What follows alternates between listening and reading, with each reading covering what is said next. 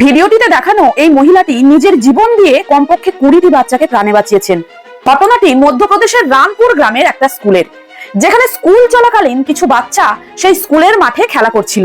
ঠিক তখনই ঘটে বিপত্তি। ওই স্কুলের পাশে একটি গাছে মৌমাছিরা এক বিশাল মৌচাক তৈরি করেছিল।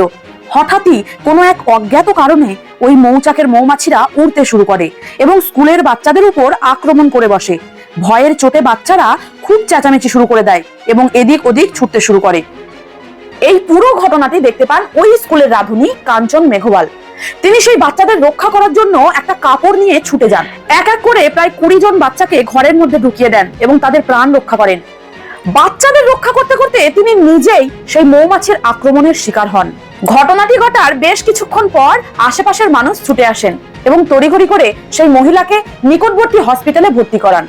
কিন্তু সেই মহিলা শেষমেশ মৃত্যুবরণ করেন। খোঁজ নিয়ে জানা যায় কাঞ্চন মেঘওয়াল ছিলেন তার পরিবারের একমাত্র আর্নিং মেম্বার।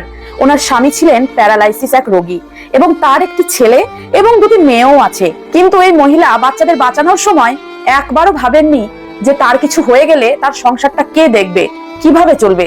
সত্যি বলতে মানব দরদী মানুষদের ধনী বা দরিদ্র হওয়া লাগে না, তাদের মনটাই হয় অনেক বড়।